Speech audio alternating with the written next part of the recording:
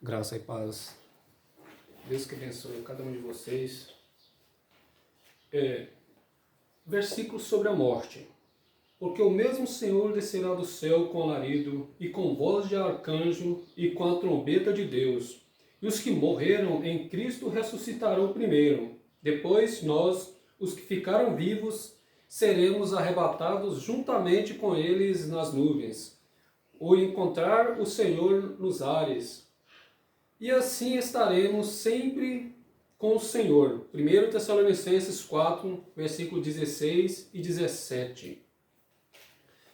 Porque se nós conseguimos cumprir aquilo que Deus quer, até o fim da nossa carreira, arrependendo sempre buscando fazer a vontade dEle, sem desviar nem para a direita nem para a esquerda, aí sim, naquele grande dia, quando Ele chegar, nós seremos salvos. Nós, todo aquele que fez a vontade dEle. Vamos falar das 4 fases do luto para a psicologia. 1. A negação. 2. Raiva. 3. Isolamento. 4. Aceitação. 1. A negação para a psicologia. Quando a pessoa morre. Quando alguém morre, ficamos assim, por que aconteceu isso? Mas por quê? Aí começa. E 2, para a psicologia, raiva. A pessoa fica enraivecida, fica estressada, fica sem entender, não entende aquilo, por que aconteceu aquilo, por que se foi. 3, isolamento para a psicologia. A pessoa fica isolada, quer ficar só sozinha, só no canto, pensativo, não quer fazer mais nada, fica pensativo cada vez mais. Muitas vezes a pessoa fala, é depressão, mas não é. Cada um sabe o que sente, cada um sabe o que carrega em si mesmo. Aceitação para a psicologia. Muitas vezes não aceita de jeito nenhum. Não acredito que foi. Não é possível. Será que não vai voltar? Mas não vai voltar mesmo. Ele não vai mesmo. Porque uma vez que foi, é só naquele grande dia quando Jesus voltar. E os cristãos aceitam a morte? Sim, aceitam. Como que eles aceitam? Com choro, silêncio e complementação. O cristão, ele entende o que aconteceu, entende que aquilo é passageiro, ele entende, ele vai chorar, mas ele vai ficar em silêncio, vai ficar aquilo por si mesmo, porque é muito dolorido perder um ente querido, é muito dolorido. Aí o complemento, ele vai aceitar, porque sabe que naquele grande dia, Deus vai vir, vai estar dando alívio, Jesus vai vir, vai estar dando uma nova vida nessa carne, vai dar uma nova vida em espírito, não em carne, não, em espírito. Vai viver com os anjos. E hoje vamos falar sobre quando os pais sepultam seus filhos. Texto áureo.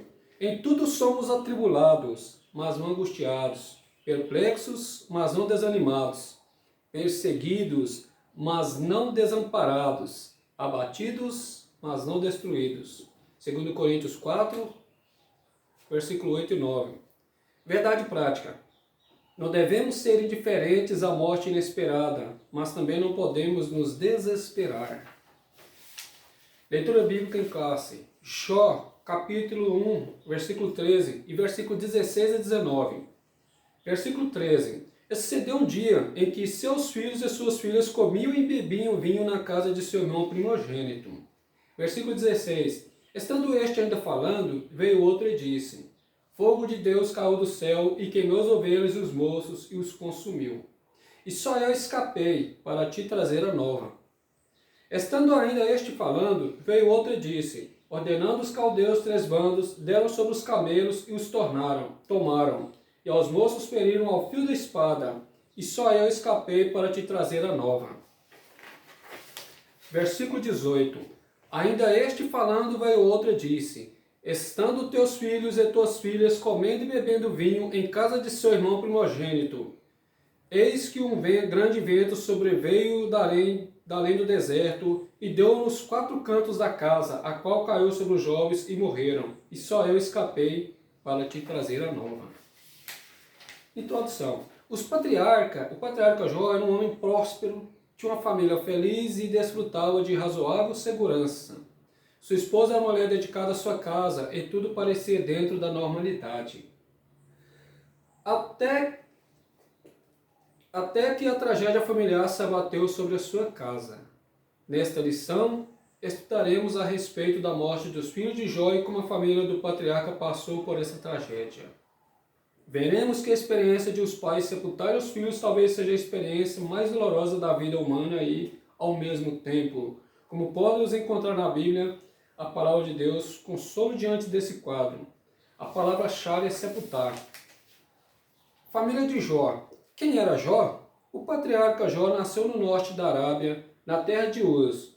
As pesquisas dizem que ele viveu numa época anterior à de Moisés, antes mesmo de Abraão, entre os séculos 25 e 28 a.C. Naquele tempo, a longevidade humana era maior que a atual, o que explica a sobrevida de 140 anos do patriarca. Jó 42, versículo 16. Como podemos ver, Jó perdeu todos os seus filhos, uma morte dolorosa. Perdeu os bens, mas não é uma coisa mais dolorosa que você enterrar um filho. Glória a Deus, aleluia. A esposa de Jó. Tudo o que se sabe a respeito da esposa de Jó é o que está registrado no capítulo 2 do livro.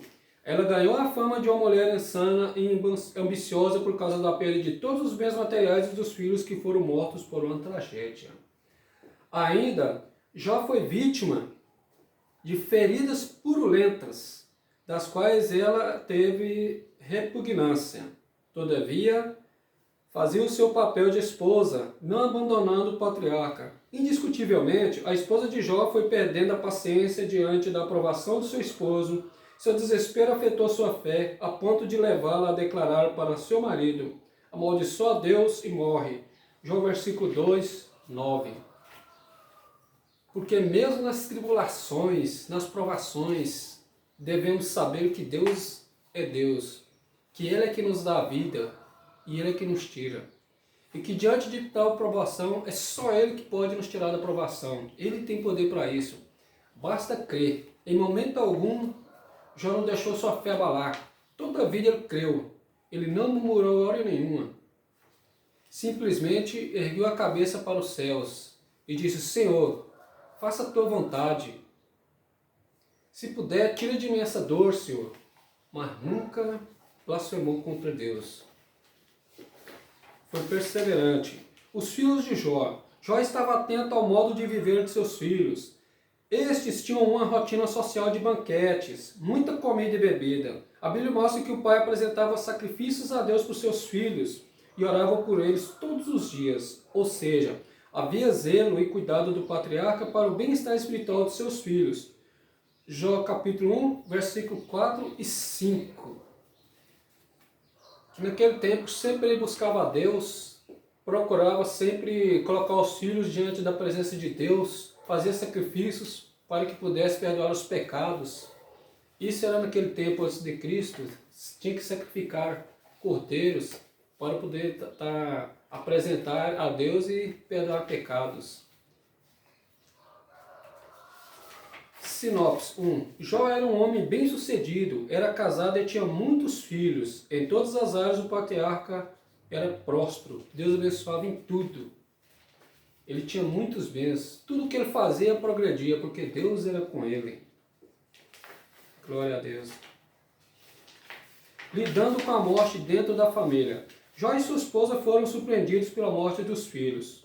Os versículos 18 e 19 relatam o momento em que a notícia da morte de seus filhos chega à casa de Jó. Quando tudo parecia normal, a morte os surpreendeu. Todos os seus filhos morreram. Deus não nos criou para morrer, mas a morte é uma maldição advinda do pecado e só o Senhor Jesus foi capaz de cravar essa maldição no leme da sua cruz no Calvário. 1 Coríntios 15, versículos 55 e 56. Jó sabia que mesmo depois da morte, se morresse com Deus, um dia poderia ressuscitar novamente. Ele cria que a gente tem os filhos, mas não é pra gente, é pra Deus. Até a nossa vida não é nossa, é de Deus. Glória a Deus, aleluia. Santo e bendito é o teu nome. Razões para a tristeza do luto de Jó e de sua mulher. De certo modo, Jó tinha uma família feliz. Jó, capítulo 1, versículo de 1 a 5. Então era muito feliz, tinha muita riqueza, não tinha problema nenhum, entre aspas. Por onde olhava, as coisas dele prosperavam. Então era muito alegre, mas de repente os filhos morrem. Aí a mulher começa aquele batimento, a fé esfria, não tem mais fé, Jó com aquela tribulação, com aquela dor tremenda, e ela simplesmente chega e fala, ó, amaldiçoa esse Deus e morre. Mas ela falava, não, mulher, como qualquer doido pensa, assim você pensa. Não é assim que devemos fazer, devemos crer em Deus. Porque do jeito que Deus põe a enfermidade, do jeito que Deus permite a enfermidade, Ele também tira ela. Ele é que faz tudo. Ele é o dono de tudo. Glória a Deus, aleluia. Fidelidade ao Senhor em meio à dor. O capítulo 1 de Jó mostra a realidade do patriarca diante da notícia trágica da morte de seus filhos. Jó rasgou o manto, rapou a cabeça, lançou-se em terra e adorou ao Senhor. Jó capítulo 1, versículo 20. Porque hora nenhuma ele abalou, hora nenhuma ele pensou, mas Senhor, eu não vou chegar lá. Senhor, eu não vou sair dessa. Não, hora nenhuma. Sempre ele cria em Deus, colocava a vida em Deus. Que se Deus queresse, tirava a vida dele. Mas se Deus não queresse, no tempo certo, Deus ia curar. Ele era o dono de tudo. Ele fazia tudo. Ele deu os filhos, ele levou, ele é que sabe de tudo. Glória a Deus, aleluia. Momento algum ele murmurou. Sinopse 2. Jó e sua esposa foram surpreendidos pela morte de seus filhos e tiveram que viver esse momento de dor. Porque não é fácil perder os filhos. Imagina, deve ser o contrário, se evitar os pais, não os pais os filhos. É muito difícil, mas nem isso deixou ele de crer a Deus. Os cristãos e o luto. Não culpe a Deus. Não é muito difícil nos momentos de perdas inesperadas, o ser humano se desesperar e passar a blasfemar contra Deus. Não é isso que aprendemos com Jó. Jó capítulo 1, versículo 21 a 22. Porque ele mesmo naquela situação, muitas vezes triste, mas sempre levava os olhos ao alto e agradecer a Deus. Senhor, obrigado. O Senhor deu meus filhos, mas o Senhor levou. E hoje estou aqui nessa situação, sentindo dor. Peço que o Senhor me dê cura, mas se não for tua vontade, então que me leve. Mas no momento algum ele blasfemou, sempre crendo a Deus, sempre acreditando. Muitas vezes seus servos não acreditavam, mas ele permanecia fiel. Sua esposa não acreditava, mas ele permanecia fiel. Nada abalou, nem mesmo sua esposa, que vivia sempre do seu lado ali. Vivendo o luto. Com o patriarca Jó, aprendemos que o crente em Jesus não deve ser indiferente ao luto, pois, psicologicamente, isso não é saudável. Como seres humanos, devemos manifestar as emoções próprias de um momento de luto, tais como o choro, o silêncio, a compenetração. Diante da dor da família de Lázaro, nosso Senhor agitou-se no espírito, comoveu-se e chorou. João 11, versículo 35. Como se vê, até Jesus chorou diante da dor, diante da morte, porque ele sentiu a perda do amigo, sentiu a perda de Jó. Glória a Deus, aleluia. Então a gente choramos, não é fácil, é lamentável, mas devemos saber que Deus nos dá força, Deus nos comove, Deus, Ele faz com que podemos caminhar, mesmo com essa perda, podemos ter força, basta crer, basta aceitar, sabendo que um dia vamos ressuscitar, aquele que fizer a vontade dEle e sempre está perdoando até o final, vai ressuscitar com Ele, vai ir para a glória. Glória a Deus, aleluia. Mantenha a esperança. Vimos que é saudável manifestar emoções próprias do período de luto, mas também é verdade que o crente não deve se desesperar como quem não tem esperança. 1 Tessalonicenses 4, versículo 13. Porque mesmo diante de luto, O crente sabe que se fez uma boa jornada aqui, certamente naquele dia ele vai estar vivo e vai ser uma vida eterna. Glória a Deus, aleluia. Sabe que vai ter a salvação. Aqui é passageiro mesmo. Aqui é momentâneo. Glória a Deus. Então ele não desespera. Ele crê. Ele sabe que apenas está descansando.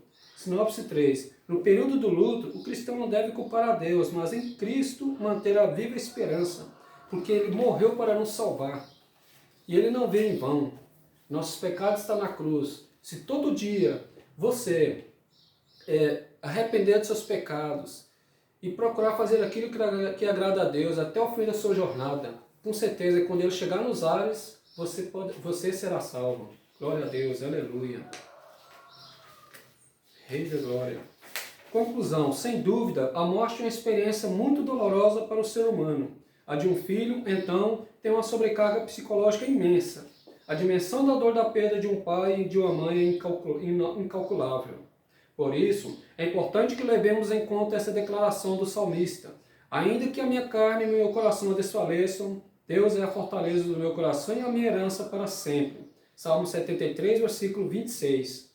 No processo do luto, não devemos culpar a Deus, mas manter firme nossa esperança nele. O Senhor Jesus venceu a morte e ressuscitou ao terceiro dia. Essa é uma verdade consoladora e, ao mesmo tempo, esperançosa. Portanto, nesse momento, é tempo de